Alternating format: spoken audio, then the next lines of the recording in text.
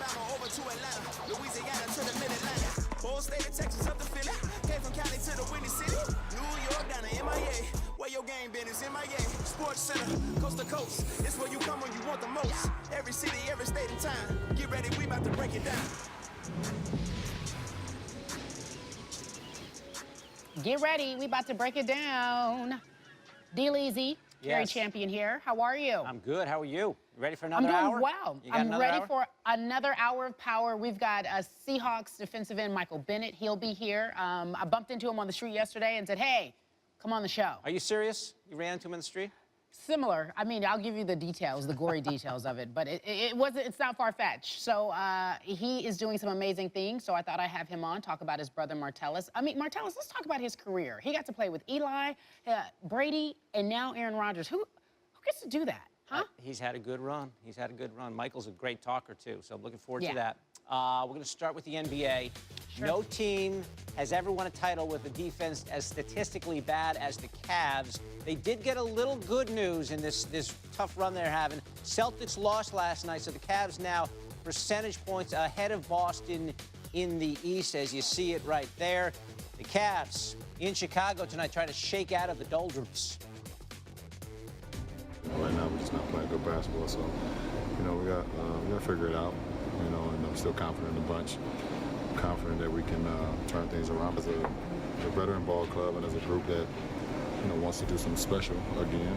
It's been a few frustrating games for all of us. It hasn't been perfect, to say the least. It's natural for human beings just to get comfortable, just to have an excuse just to rely on just having one championship, But if you won 2, you won 3, you won 4. And if you dedicate yourself like you say you do, then you want more. And I want more, and I'm going to go take it. So, my job as one of the leaders in the team is to bring my guys with me. So. Yeah, sensors are necessary these days when the Cavs are talking. It's not been a good run. They've lost 10 of 17. George Sedano joins us now. George, these are the champs. How much of a chance do you give them to repeat this season? David, I give them a 0% chance. They are currently ranked 22nd defensively in defensive rating. For them to win a championship would be unprecedented from that position. We haven't even seen someone in that ballpark in almost 15 years, okay? So this is a team right now that's struggling on that end, a 108 defensive rating. Again, one of the most atrocious ratings we've seen from a defending champion in a very, very, very long time.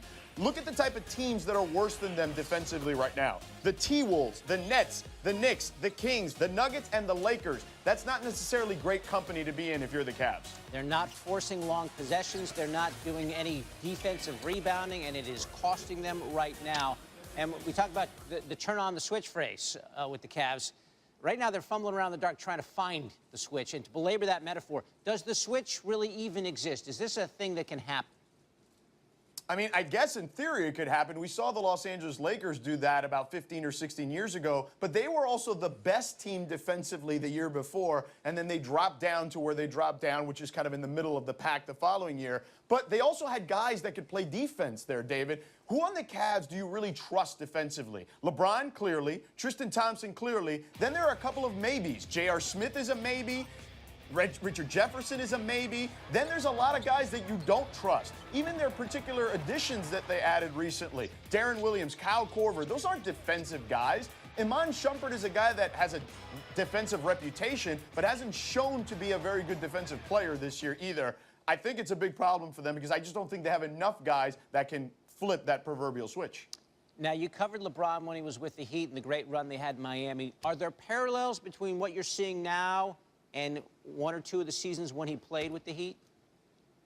Yeah, certainly. The defensive rating we were discussing. Now, that Heat team dropped from one of the top 2 or 3 teams in the league to 11th. The threshold, David, is basically 10th. If you're in the top 10 in both offensive and defensive rating, generally you are able to win the championship. Outside of number 10, it becomes very dicey. There's only been a couple of teams that have been able to pull that off. The Lakers have done it twice in their history.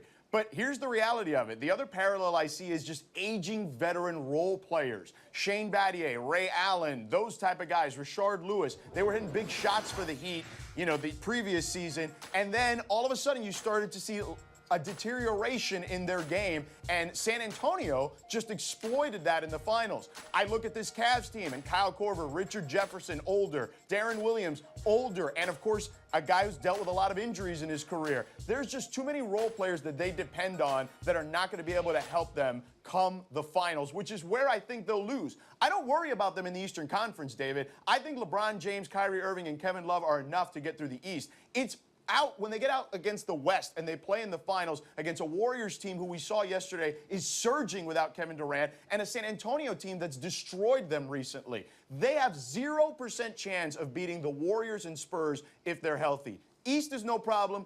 Once they're in the finals, huge issue for them. All right, you're not giving it. You're not saying there's a chance. There's a zero. There's a big goose egg for the Cavs. Zero. Zero. All right, George, going out on a limb. I want you to stay there. I want to show you some incredible video coming up in just a minute. But first, let's get it out to Kerry.